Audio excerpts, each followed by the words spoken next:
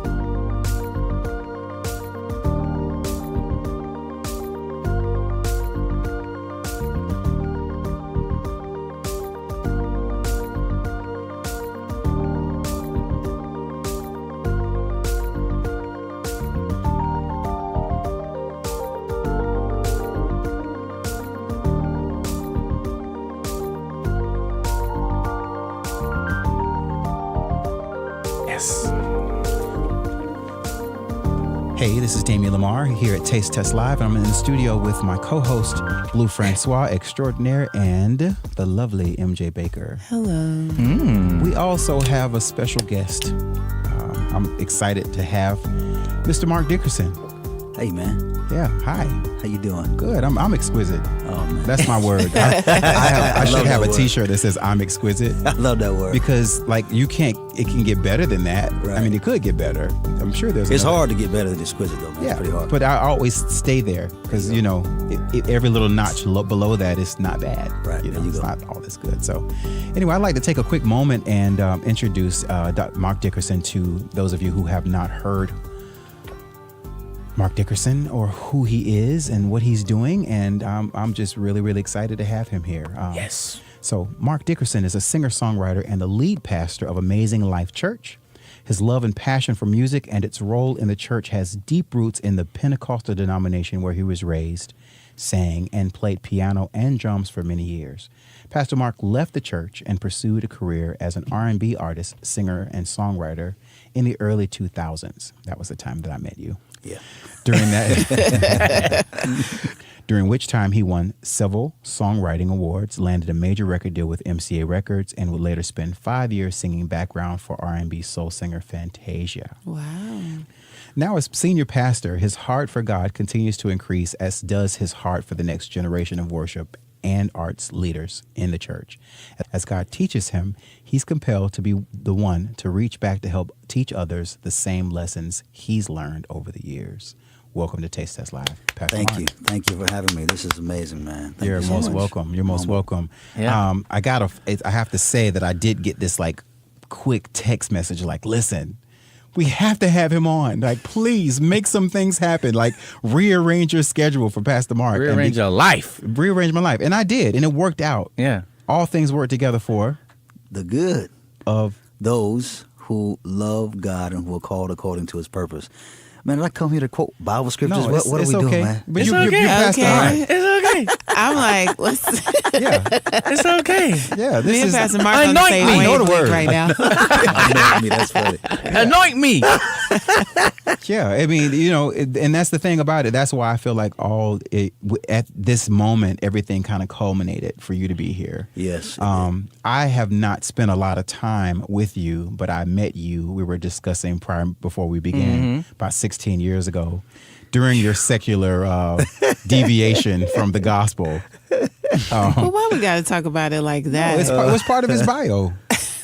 Yeah. That was in there. It was in there. And I feel like it's really important to understand people's stories. Yeah. You know, there's a reason that you took that deviation, and I'm hoping that you are at least here to share a little bit of some of that with us. I mean, touring with Fantasia and singing background for Fantasia, that's a pretty big deal.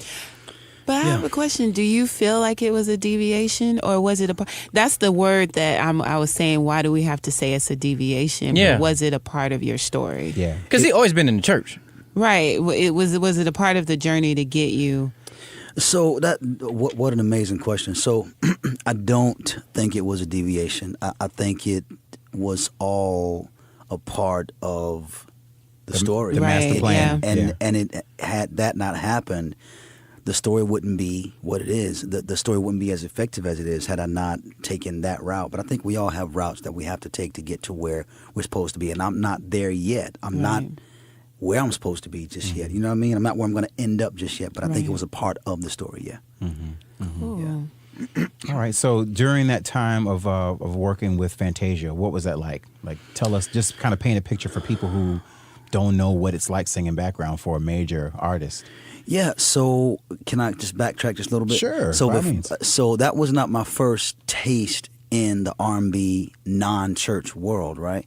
So when I left college at the University of South Florida, I moved to Atlanta to pursue a music career, and that's where we got our major record deal. So I was an R&B artist then. Oh, wow. And we Okay. traveled the world before I even met Fantasia then. And it's funny because I left. Oh my goodness! I have not told this before, so this is gonna be good. Oh, yes. We like juice. We like a little juicy news. So I came off of the road with my major record deal. I was in such a tug of war between sacred and secular in my own heart, and I'm not there anymore at all either. I'm cool with all of me.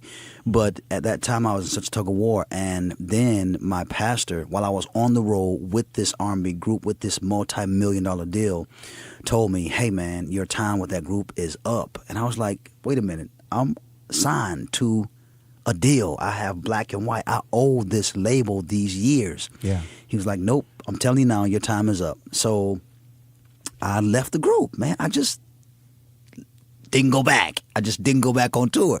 And people were like, well, why'd you do that? So, and then I came back to Jacksonville, and I was serving my mom in ministry, and I got the call from one of my buddies, Javon Hill. You guys know Javon, a local, an amazing talent right here from Jacksonville, that said, hey, Fantasia's auditioning for background singers for one gospel gig that she has in Chicago.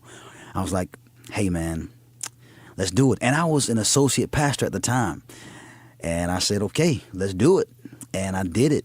And that one gig turned into another phone call that said, hey, somebody's leaving her camp. Do you want to go on the road with Fantasia? And at the time, my son was, 4? My daughter was 2. I was an associate pastor, and I had the biggest decision in the world to make. Am I going to go back to being secular, or am I going to stay this sacred guy that people want me to be, right? And so that has always been a battle, and I chose to go. And those years were the best, most fun, most incredible years of my entire life.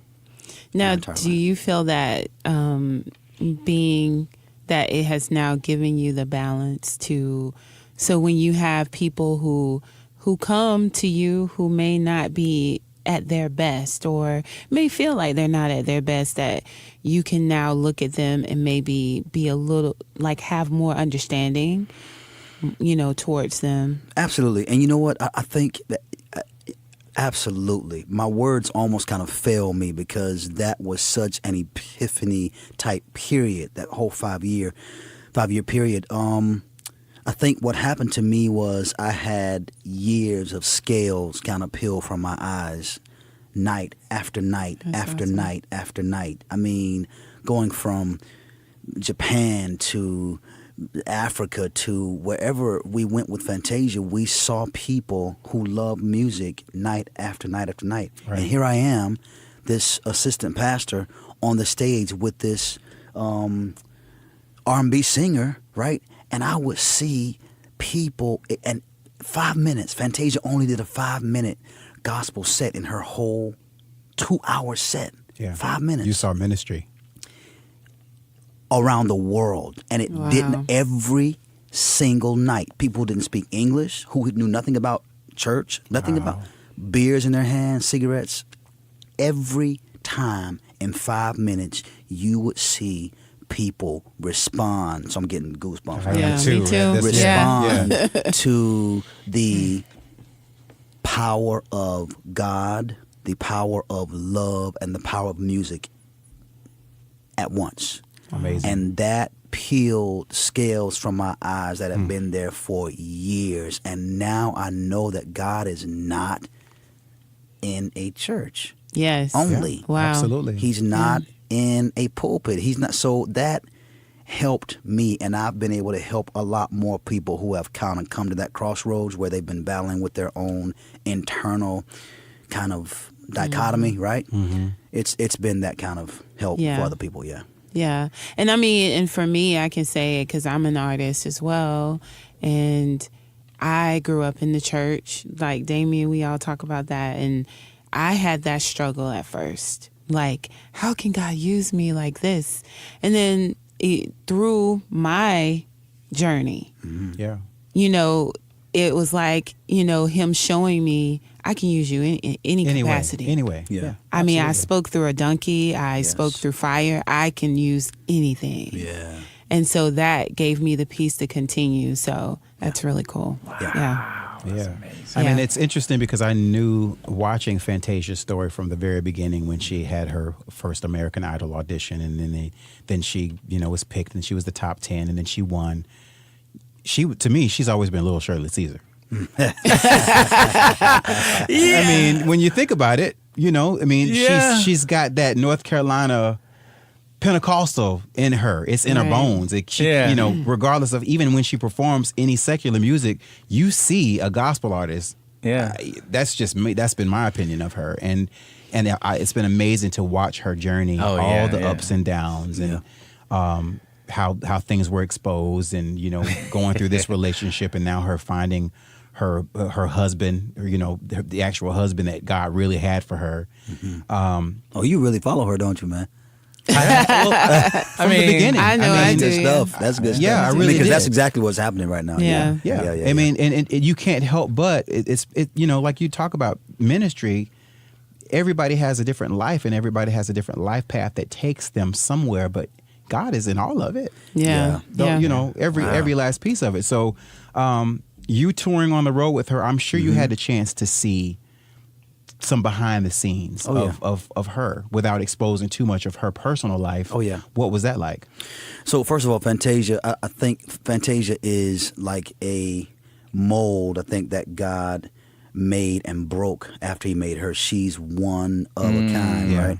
I agree. And I think if seeing her in her humanity, seeing her in her personhood, just being a broken lady and just being an amazing artist and just being a businesswoman and just being a mother and being a wife and being the top of the tabloids and being the bottom of the charts and being all these things, man.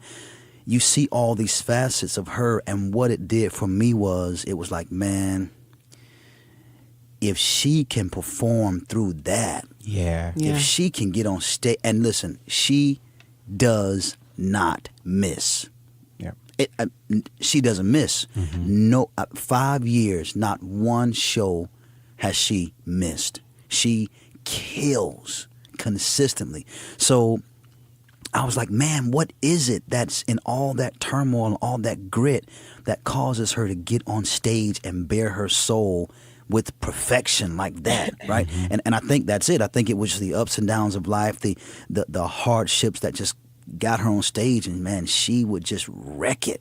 I mean, city after city. So she's a beautiful person, man. I felt like being with Fantasia was a part of my spiritual assignment at the time, Right. just to be there for her. And I got really close to her, got really close to the other background singers, man. We spent some dark times together, some extremely happy times together.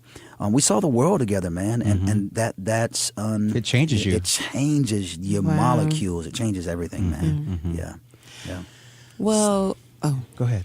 so being a pastor in the new millennium, what is that like? Like, with those experiences that you've had, and being that we're in the social media age, we're in the, live Facebook Live age, like, how do you, find that you can, and that our attention spans are shorter. Yes.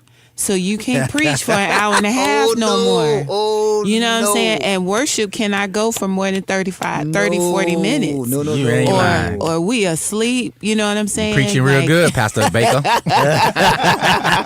And you got it. Right. And you need a job? You got it. I used to be a worship leader. Okay. So, but so how do you find that you can connect to people and really, in this short attention span? So let's talk about the connection point first, right? I think life and I think God has a way. I think we're all assigned to different people at different times, right? As just being humans and then on top of that, if you consider yourself a minister of the gospel of Jesus Christ, we're all assigned to certain people. Even outside of that, we all have people that we're supposed to be touching, right? Right. And I think our life paths equip us to reach them at a depth that can be life-changing, right? So I think that experience with Fantasia and all the things that happened before that and after that helped me, prepared me to minister to the people I've been called to, right, at an effective level in this millennial time frame. So you're right. I had to go back. I was raised Pentecostal where we stay in church. Yes. When I tell my all day, you go in the morning. Same here. You go Right. out, you leave and you go eat lunch. Yeah, and you come back. You go back. Don't matter if you got school the next day. Nobody Right. cares about Nobody that. It's about Making sure that soul saved. It's about that kingdom time. Seriously. I'm sorry. I Them don't mean to laugh so long loud on hours this of call, but that's so real, It's- right? Yeah. And so I had to switch it up.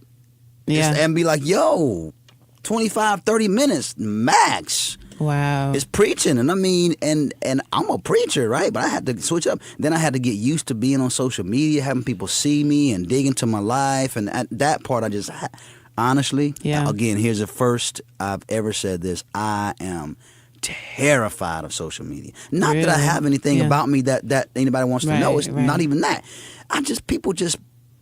People are so cruel. Yeah. You know mean, what it's I like, call it, and this is the first time I'm goodness. actually admitting this. I had a vision about 10 years ago, before social media like really, really blew up. I had a business and I was like giving classes and everything. And the word was, welcome to the superficial, voyeuristic generation of tomorrow. Man. Wow. Hit it on the head. And I That's heard that exactly loud what it and is. clear. Superficial, voyeuristic. These people peering into your life, they're very superficial and they're only focused about tomorrow. Nobody's living for today. That's a lot. That's a lot, But man. here we are. Because Here we it's- are. I mean, and then how do you, as a spiritual leader, because it is superficial. So it's like when we're online a lot, we don't know how to be real, even with each other. So, we come to church, we look nice, we hop, we skip, we jump, and different things like that. They hop and But- skip in church. There, yeah. And so it's like, and listen, I was one of them. So, you know what I'm saying? So, but I know that I did it because I saw everybody else did it. I really didn't feel God's presence. Wow. Do you see what I'm saying? I mean, I really didn't feel his presence. I would love to interview you.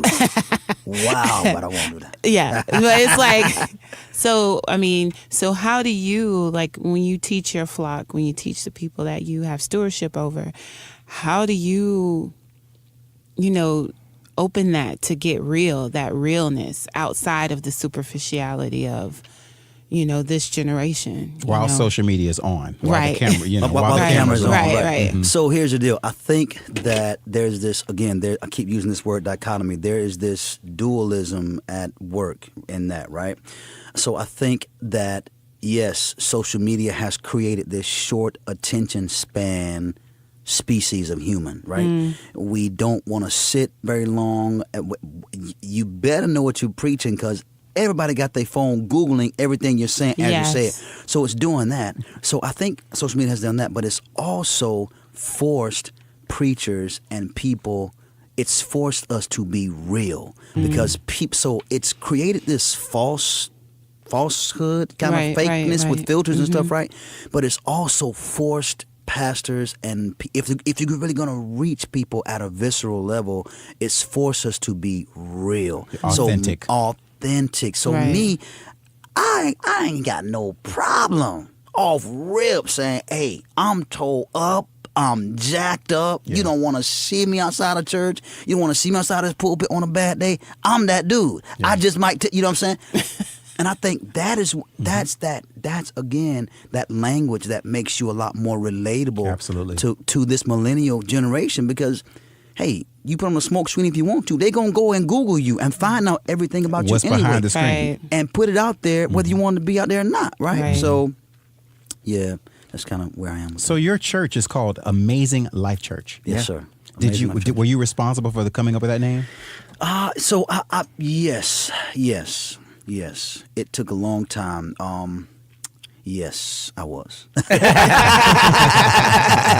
Let's go a little deeper. All right. Let's go a little deeper. All right. I'm the Amazing creator. Life Church. It feels great. Amazing Life. And So you know people what? come to your church. Expecting that amazing life. So yeah, so you know what? I intentionally went into, so here's my deepness for the night. Okay. I'll be done. I intentionally went into prayer. Right? Okay, that's it. I went into prayer and I asked God, you giving me a different message. I have a different set of circumstances, a different set of things that got me here. How do I say this, and what name do I put on this that makes people say, okay, That's my place. that's my place. And he just gave me Amazing Life Church. I was trying to look up, at one point in time, one name churches was real sexy and the thing to do at one Yeah. point in time, like Live Church or like Right. Agape. My Church or like Agape or just Right. one name church was real sexy. So I was kind of trying to look and see, okay, Yeah. God, what's this sexy name? And he was like, hey, just Amazing Life. I was like, okay, let's do it. And it kind of stuck. Yeah, That's I get beautiful. it. That's beautiful. So in your role as a pastor here in Jacksonville, Florida, what has it been like since you've walked away from or your time with Fantasia and you actually were full time in the ministry? How has that been? Oh, What the man. evolution of your church since God gave you the name of the church? Man, so that's another interview that would take a long time. I'm serious. There's so much, man, and I'm in such a strange but good place right now because that evolution has not been easy, man. It's not been easy, and if I were to be phony and real social media like right now, I could say, well, it's been great. I mean, but it's not been easy at all. Right. My passion is music. My passion is reaching people through music, man. So we know what our gifts are. At some point, we reach a point where we know what our gifts are. Right. And I know what I've been gifted to do, right? I also know what I'm good at. So I have been gifted to touch people through music. I have become good, and this is no tooting my own horn at all, but I've become good at pastoring. I've learned how to preach. I have that gift. I have that. But there's this part of me that's still, and I'm being just vulnerable real. and real Right. now, right? This part of me that still feels like, but there's something else. That's good. Reaching people, loving people, leading people to Christ, helping people find their better lives, right? Training leaders, but I still have this. I'm not sure why I'm saying this. Maybe I shouldn't be saying this right now. No, definitely. But there's still this part of me that says, but there's something else. And I think it's okay to be there. I think, Yeah, definitely. What if you change that word "else" to "more"? There's something More. That's Something exact- more. That's the word, man. Yeah. That's the word, Mr. I Exquisite. know it. That's the word. Yeah, that's the word. Yeah, it There's is. something Because there more. is. There Well, is. and I think too, a part of that, like you said, that uneasiness or this period looking, feeling that something more too is because we have been raised to be one-dimensional, Oh man. but when he breathed into us, we became multidimensional. Because it says that he formed man, right? From In the his dust of the likeness. earth, right? And then it says he breathed life into him. So if God is multidimensional, then we are too. In his likeness So and it's his more image, than yeah. so it's more than natural for us to desire to say, there's something else in me. Just like, okay, for example, I never thought I would be co-hosting a podcast. I never thought. But, it's like then Damien asked me and I was like, no, I'm not going to do it. I'm not a podcast girl. And now, I'm here every Tuesday. But you are. I'm here every Tuesday. But what's so funny, though? It just hit me when she said that. Do you know that she's an amazing worship leader? Yeah. Like, she is super dope. Like it's not like commercial. It's more like she's pouring out, and it's not even like I would even say it's not even just about gospel. Like she's pouring out to the people and leading them to a place where they can feel free. Like, hey, give your all, because she's giving her all when she's singing. Yeah. And so speaking of that, when you was talking about something else, do you ever feel like there was a time when of course I know Atazio with Javon. Do you ever feel like don't ask me that, Blue? No. That's a good conversation. No, but do you ever feel like what you was on? Like, do you ever feel like? Oh, don't ask me that. No. Do you ever feel? No. Do you ever like? There was a time when before Neo came out. Like, I have some friends that know Neo in his early stages, and then so there was like go-to writers. There was like people like, I'm not gonna say names, but there was go-to writers, and you was one of the go-to people in the industry. Do you ever feel like God may have stopped something so that way you can maybe flourish in the gospel as a writer, like bring out the pen? Because you was like a penman. Like, you was like, we need a hit. Call Mark. Oh, my goodness. Oh, Mark is not available. Call Neo. Like, do you realize that you was on the cusp of, like, go-to writers in the industry? That's what I didn't want you to ask me. I'm so serious. Oh, my God, I'm so serious. Maybe that's what you're missing. Like, maybe you was on the cusp, but then... Does this show always do this? Is this supposed to do this? I always do that. I asked him earlier not to make our guest uncomfortable. Oh, no, but this is good. So, oh, my God. You was a go-to. What a deep question. Do I sometimes battle with the thoughts of, did I miss my turn? Yeah. Absolutely. Now, that's not regret. Don't. Right. No, I know. That is not. Now, there's a difference. So, no, I don't regret the path that I took at all. Do I sometimes battle? Do I ask myself sometimes, like, Mark, what are you doing? You could have, or you could possibly still be. Absolutely. I think that probably more often than most people would say is healthy. So I do think that a lot. Not at all questioning the fact that God's hand is weighty on my life. Not at all questioning that. Do I miss those days where? And it's funny. So can I tell you? So that's a different person, and this is going to sound real strange.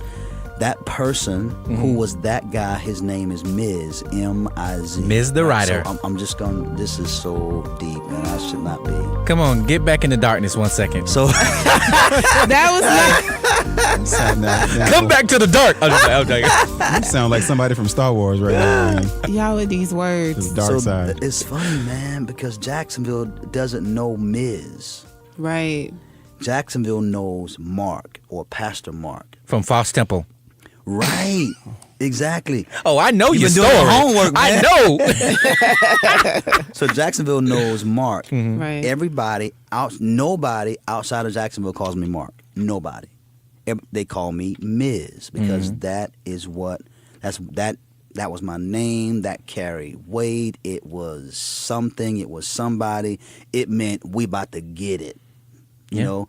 And yes, I feel those ways, especially when it gets hard. Yeah.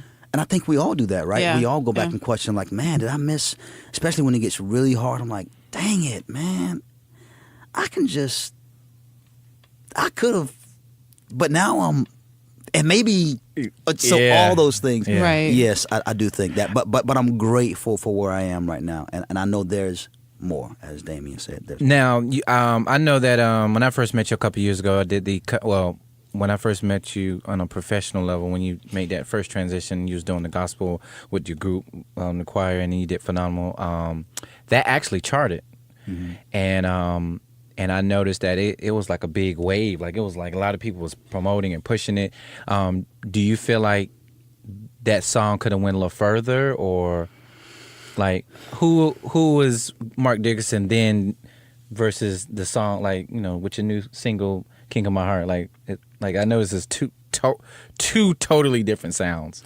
Yeah, so Marc Dickerson then was still in the discovery stages of who is this R&B guy writing this gospel music. It was like awkward. It didn't sound bad though. I mean, you know what? Thank you, Blue. I appreciate that. but I say that because the only grace and reason it didn't sound bad is because I had people around me who knew how to make me not seem so awkward. And I know that I'm gifted in music. So it's almost like I know that God's hand is on me to help the world in music. So it's almost like it's gonna do something. Right? Yeah. And does that sound boastful? No, not at all. No, because you you know what? That's the part of the scripture that says your gift will make room for you. So it will continue to make room for you. Like, you know, it's just when that time comes, and then it'll pop, and you'll be like, oh, okay, this is what I was waiting for. That song could have went so much further had I known who Marc was then. Had That's I awesome. knew how Marc and Miz merged, or had I knew better how to navigate that season of my life, that I stopped that song because I didn't know what the heck to do. I just didn't know. I didn't know what to do with me, my brain, my talent. I didn't know. Yeah. I was like a fish out of water. But this song is a lot. So why am I gonna get emotional on the radio? Don't Is that do it. allowed? Yes. Yeah. But I won't do that. This song is after a period of death in me, right? Just Powerful. walking through this gut-wrenching, my beautiful wife and I, my son, my daughter, walking through probably the darkest season of my entire life. So this song, my voice is not the same. The way I phrase words is not the same. The way I articulate certain vowels isn't the same. I tell people that last season I went through changed my molecules, man. It was so dark and so hard and so heavy. So this song has a lot of pain in the vocals, a lot of grit in the vocals. The text of my voice has changed, I think, and this song really bleeds just this broken man who just loves God. Can you introduce tell us about it, who produced it, give us some... Trying to figure out how to get back into music after that darkness, after that hit, after that gut-wrenching season.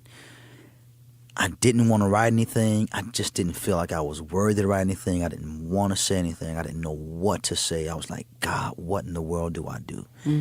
And I had spent all this money on this brand new studio at my home and never touched it. It just sat there because music for me just hurt. It just hurt, and I just didn't want to touch it. I didn't think anybody wanted to hear it anymore.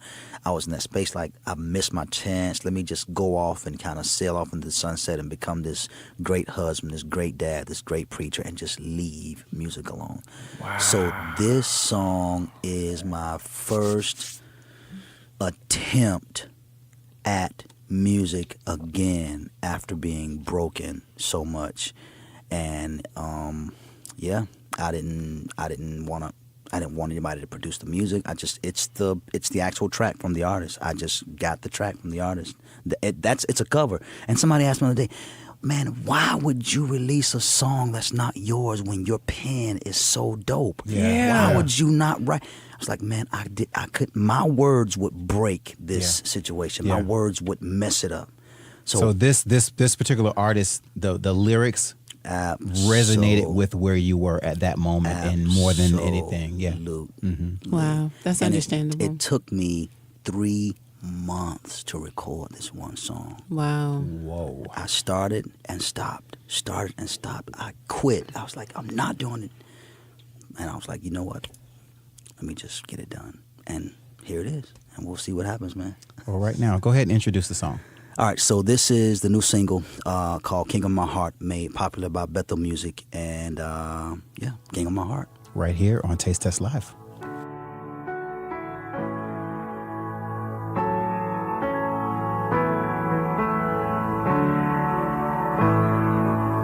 Let the King of my heart be the mountain where I run, the fountain I drink from.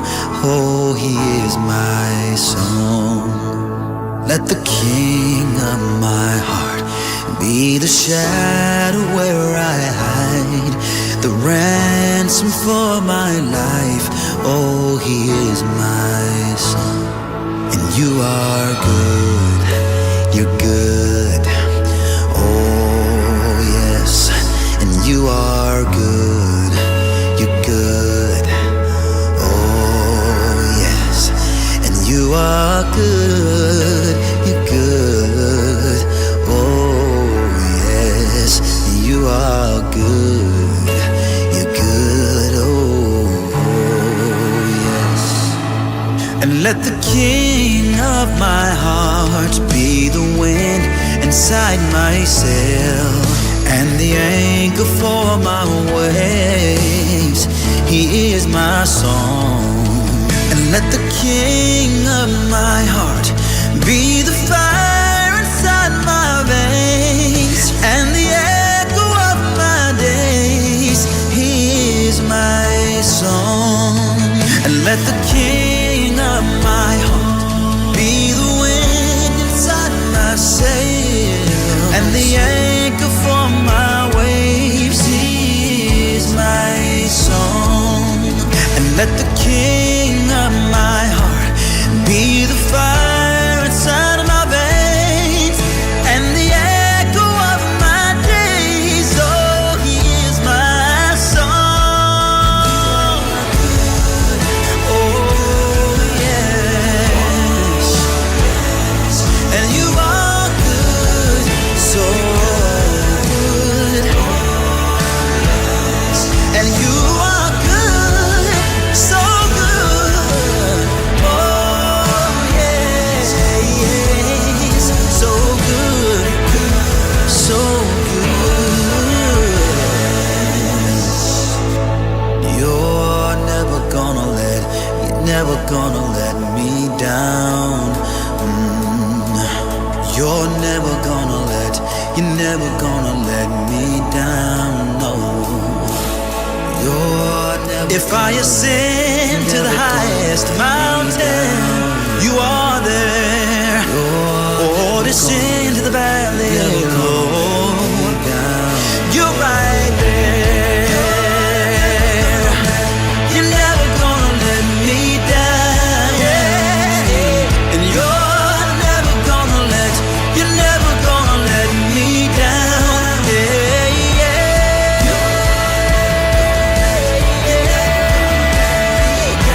You're never gonna let me down. 'Cause you are so good. Yes, you are. So good. You are good, good Father.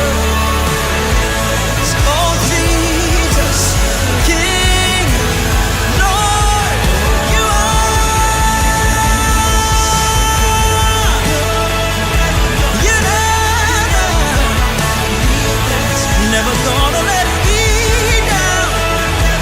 No matter how far I run, you send your love to find me, God. 'Cause you're just that good to me. And you are good, Lord. Yeah, so good. You're the King, you are King of my heart, of my heart. You're the King, you're the King. Okay, let's continue. This Okay. is great. Cool. First of all, King of My Heart. That's an amazing, a beautiful worship song. And like MJ Baker was saying, you know, it's a song that you can listen to all the time because it expresses how grateful you are, the nature of God's goodness, and it just makes you full of gratitude. Just understanding God's nature. So thank you for sharing that. Thank you, man. I appreciate that. Beautiful. Thank you so much. Yeah. I only have like 2 questions left. He always has like a number. You know, like he's got 5 questions usually at the beginning. I'm like, I got 5 questions. No, because my last question is about the church, because I actually attended. I brought my family over there. I was about to say my little family. I brought my family over there. But before we delve into that, when how I first knew about you, you know, from your mother who had recently stepped down so you can pastor.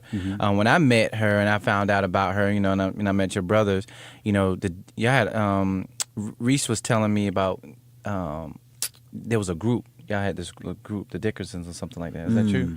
And from there, when I started finding out about that, I think when I took pictures of your mom, she was telling me some stories, and I had forgot that there was like a big musical talent boom when Willie Ross. Oh yeah. Yeah. And A so long time ago. yeah, so I was like, there's so much history in Jacksonville when it comes to singers, writers, and to know that you was actually in the midst of that and just. Do you remember Progressive Youth? Absolutely. I was in that choir. Oh, you were in Progressive? I was in Progressive. Okay, so y'all were our arch rivals. Is that right? So there were 2 rivaled We were a choirs. big old choir too. Huge. And then your choir was what? So I was in Willie Ross's New Youth Community Choir. Yeah. Okay. About 200 plus Yeah. kids. I remember kids. hearing about Willie Ross. You know, Jameson Ross' dad. Yeah. Oh, really? Jameson Ross, Yeah. the singer and the drummer. Oh, Yes. wow. That's what I'm trying to say. That's Like, his father. Okay. yeah, that's what I'm saying. Like, there's like a melting pot of just under the leadership of Willie Ross. Like, there's a lot of people who, you know, can't evolve from out of that and are doing like major things, you know, I remember a couple months ago, a year ago, you co-wrote a project for J.J. Harrison. I wrote something for J.J. Harrison, recorded one of my songs. I wrote something for James Fortune. That's major. You see how Yeah. That's really great. Thank you, man. To God be the glory, man. Seriously. I still think you can give glory to God writing hits for others in the gospel arena. It don't even have to be, you know, like you can be Or inspiration. secular. I mean, Yeah. I mean, yeah. Yeah. Music is music. Yeah, music is music. Yeah. Yeah, I think you should pick the pen up. I mean, you know, like if you wrote, I mean, did you write a song for Fantasia? So I wrote several songs for Yeah, Fantasia. None of them made the album. Okay. But none of, so the entire band then wrote several smash records for Fantasia. But none of them made the record for whatever reason. Yeah. And so now that Javon and those guys are back with her again now I think they're writing the whole album right now. But right now, I don't think she has a deal right now. She's on her own She's right independent. now. So she has a lot more say in what actually good. goes on the record. Would it be introduced for you to come back in and maybe rewrite some songs or introduce some new songs? Or would you be inclined to introduce some songs because she has that gospel background? Like, hey, you know, like make it fit her since you know her so well. So Get a check out of it. I like your angle, Blue. I like that angle, but she's not. So I think the project is closed now. I think they've written all of it. It's closed now. And I hit Javon up and I was like, hey man, if anything comes open, and I felt so stupid doing it. I was like, hey man, if anything comes open, you know, I'm here, bro. Let's get it. Let's get it. You know? Now at least you tried though. Hey. But that just didn't work out. But that's cool. That didn't bother me. Didn't hurt me. None of that. Right. It just wasn't for me to be on that project. Yeah. And you know what? I have not. I got to God be the glory. Another song placed on Byron Cage. Oh, wow. And I wrote this song years ago. Yeah. Years Yeah. ago. These are songs that are placing. I'm not even. Well, they're timeless. A song. I mean, a song is timeless. There's no time limit on a song. Yeah. It's just like a poem or the words of Dr. King. They're just it's relevant. They're timeless. just timeless. Yeah. And So when I'm it's right, it's right. Yeah.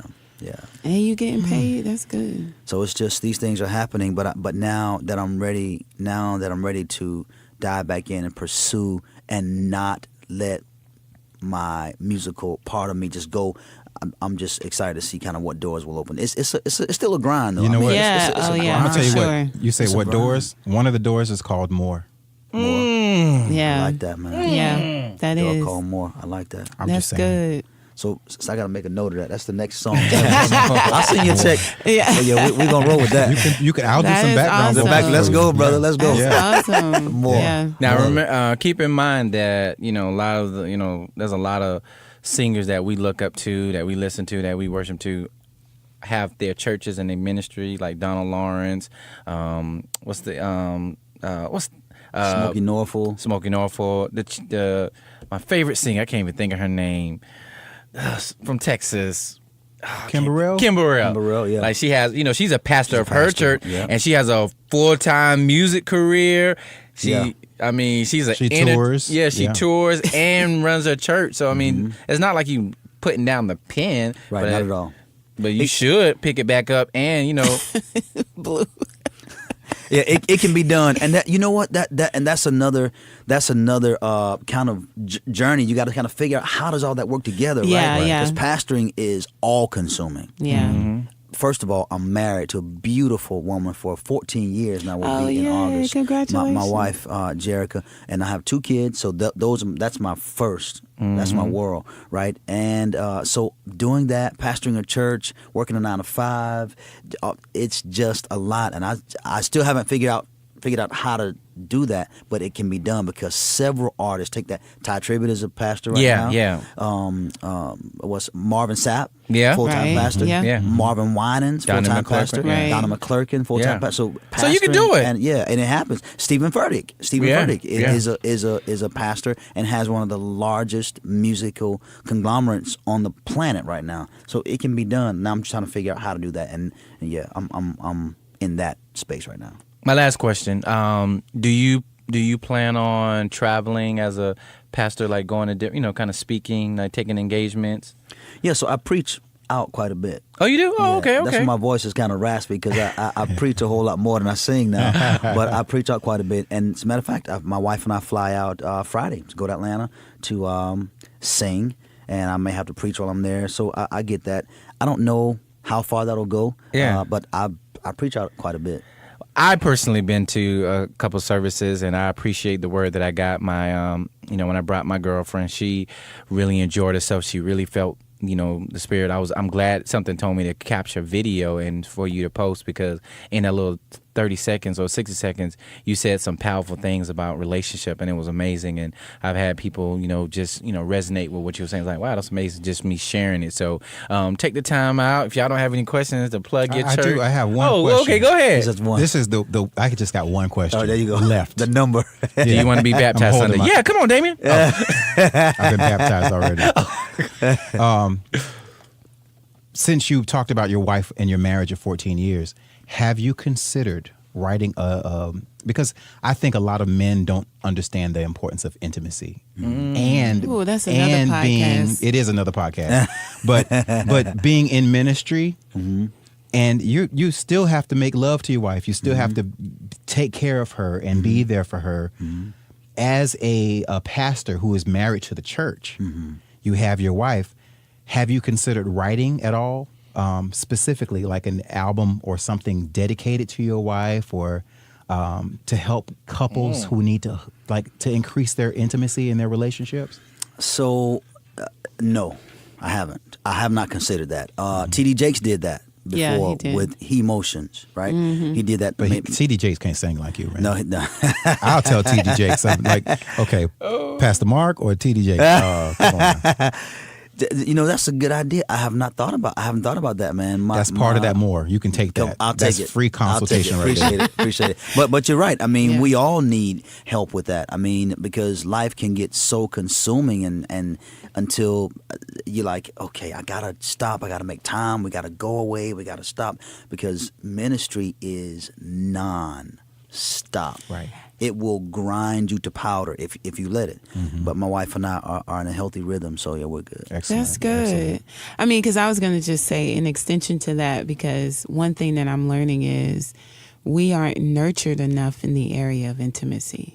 Exactly. We're not nurtured as men or women to, to be how can I be intimate with you without giving my body? How to that mental intimacy, the time, those types of things. And that is really important. We assume we know because we watch TV, right? Right. And we not to feel cut like you that's off, what's teaching us. but I feel like too, like in ministry, especially when you have individually, you two have a separate relationship with God. And I talk to my friends about this all the time, about the nature of God and having a relationship. If I'm in a relationship, like you are in a relationship with your wife, Jericho, I can't tell you how your relationship should be, what you need to do, how many times you need to do it, what you need to do for her. Yeah. Just like people can't tell me how my relationship with God should be. So when you are two individuals, but you're one as a unit before the eyes of God and everyone else, how do you maintain that level of intimacy there? And it's honorable before God. Your relationship and your marriage is honorable before God. How do you take that and take that through music? Consider throwing that out there. Yeah, without sharing a lot of your personal details, but making something a product that's relatable, that's going to minister to people and bring that unity through marriage that you have, this beautiful 14-year marriage. There's people that need that. I know they do. That's so good, man. And I think that approach to healthy intimacy and healthy music and messages through music for marriages, that has been tried. And I think that approach has this stigma that can be kind of cheesy. You know what I mean? The approach itself has this stigma. Well, because everybody wants to, you want to maintain, you want to be so spiritual at the same time. But I think, what's his name? Dietrich Haddon. Dietrich Haddon, yeah. He just did that. Yeah. He And did? it was Yeah, but like, it was- ugh. What did he do? It's a little, I'm It's not a going little to say raunchy. Yeah, no. He It's did an borderline album. raunchy. He did an album. I know it was He did a series of songs. Yeah, it was like a, songs. I wouldn't call it a EP or LP, but he did some songs for couples. It was like but he goes there. Like, he goes there. And I think it's because that intimacy, that place, that oneness only comes from a oneness with the Father. Only. exactly. Amen. Only. In its Yeah. purest form. Only. Right. What I do behind my doors is that's me and my wife business. Absolutely. What they do is what they. But that. That's what I was saying about the intimacy- relationship. I can't say what your relationship or what you need to do. Right. It's like relation, koinonia. That's Yes. the Greek word for Yes. it. That true, authentic relationship. Yeah. It can't be defined because it exists between the two of you, but at the same time under Yeah. Exactly right. God, like America. It's supposed to be one nation under God. Right. It's that same level of intimacy. If you Yeah. understood where we are, one nation, one under God. But see, I don't think we're taught in that. We're not taught that though. So it's like, okay, so when you go to church as a single woman, I'm gonna speak from the female perspective. Here's your goal: get a relationship, get saved, and get a husband, and get in ministry. But all they ever point out is the fact that you're single. But nobody ever talks about, how do I garner that intimacy with the Lord and then love my body, not deem myself as being a threat to the man, or having to cover up because God gave me these body parts, but how to respect them enough to say, okay, I don't have to show as much cleavage. Or I think that also develops in that connection with your partner because, but who is helping the man, male or female, to garner that understanding about ourselves in Christ, not in the church, because we are the church. Absolutely. But in Christ to say, okay, this relationship is way more important because it's like we have the single ministries and let's all go out and have, go bowling, and then they go home and they crying because Bobby, who they really joined the single ministry for, is not giving them the time of day. Because at the end of the day, I'm joining single ministry to get married. Ooh. I'm not joining singles ministry for fellowship. For fellowship, I'm joining it to get married. It's like a speed date. And then you wonder why, you say, well, why we only got 50 people in singles ministry? Because those other 50 done figured it out and said, I'm tired of talking about getting married. I just want, who's helping me talk about developing my business, a God successful business and different things like that. And then in the midst of that, to know that marriage is not the goal, it's just a part of the journey. Right. And different things like that. We definitely have to have another podcast on this. I mean, my bad. So good. My You bad. got me deep inside. I'm like, oh, wow. My bad. I mean, I'm just saying, I just feel like, in order to get to that intimacy, we got to learn how to be individuals, and nobody's teaching and that. whole. Yeah. Right. Yeah. Nobody's teaching it, really. I mean. Healthy, I'll say this. There are healthy ministries. There are, and sometimes there are healthy churches. There are healthy church ministries that have not a program, not a committee, but they foster this space to have these relationships with people that help teach you that stuff. Healthy ministries will embrace at some point all of that. Not a singles ministry, not a bowling, because that's how we've done it. Right. That's how we've done it. But healthy ministries, I think healthy ministries have those. They create these environments where relationships can happen, and that kind of stuff, that nurturing, that speaking into, happens in the context of healthy relationships. Okay. Yeah. Wow. So much good This is such stuff. a good surprise. This is great. This is the best interview. This is part of that more. Yeah. This is awesome. Yeah, you're right, Damien. More with Marc Dickerson. Come on, brother. Come on. I like that. Yeah. More. There we go. Yeah. like- I want more. Reese gonna listen to this and share it to everybody. I'm sure. Shout out to Reese Shout out Dickerson. Reese. Reese My is my brother. that's my homie That's right there, my man. dog. That's my dog. He's just been real from the beginning with me. And that's what for a long Sure. time I was so jealous of my brother because he was never afraid to be himself. Yeah. While I was trying to be what everybody else wanted me to be, and I'm living this way and doing this, and he was like, "Man, the heck with that! I'm about to do me." And he had no problem, and I would get jealous, like, "Dang, how can you do you and I can't be me?" That's my Maurice. I love you, bro. That's my man. Yeah. That's my man. Yeah. So take a quick moment, and this is your opportunity to share all the social media links. I know you say you don't really want to do it like that. That's all good. But for people that want to know more about your ministry, more about where you're going to be, what you're doing, take a quick moment and just plug yourself. So first of all, thank you guys for having me. This Absolutely. has been. I had no clue this was going to happen. So thank you for creating this space. Yay. So Marc Dickerson is my name, Marc with a C. I can be found on social media at MizTheWriter, MizTheWriter, Facebook, Instagram, and Twitter. My church is the Amazing Life Church, and we are at ALCJAX on Facebook, on Twitter, on Instagram. And our website is www.amazinglifechurchfamily.com. And yeah, we're at 555 West 25th Street, Jacksonville, Florida, in the Boys and Girls Club in Brentwood. And then Easter, we got Easter's coming up this Sunday, 10 o'clock. We're having thousands of eggs. And then, no, we don't believe in Easter eggs. We do it because it's the language of the community. We do that to get people in, and we share the gospel with them. But thousands of eggs, face painting, baptisms on the spot.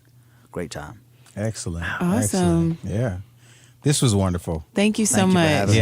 Yeah, I'm so absolutely. humbled. Good, Thank you for Blue. having me. You did good. hey. If you like what you heard today, please follow us on social media on Facebook, Instagram, and Twitter at Taste Test Radio. We also have a website, www.tastetest.live. where you can hear and find all of our old episodes and guest interviews. Taste Test Live is a fully syndicated podcast and is on podcast services such as Apple, Google, Stitcher, TuneIn, Spotify, CastBox, or wherever you listen to your podcasts. Yes. Taste Test Live is supported by listeners like you. If you enjoy the show and want to make sure I can keep making it at this rate, then head over to tastetest.live and click the button that says Patreon. There you can learn how you can help and get some perks for your support. If you're unable to support Taste Test Live financially, then share the show. Tell your friends about it and subscribe to our podcast on your favorite podcast service. I really enjoy sharing this podcast with you and producing it every week. Thank you so much for listening.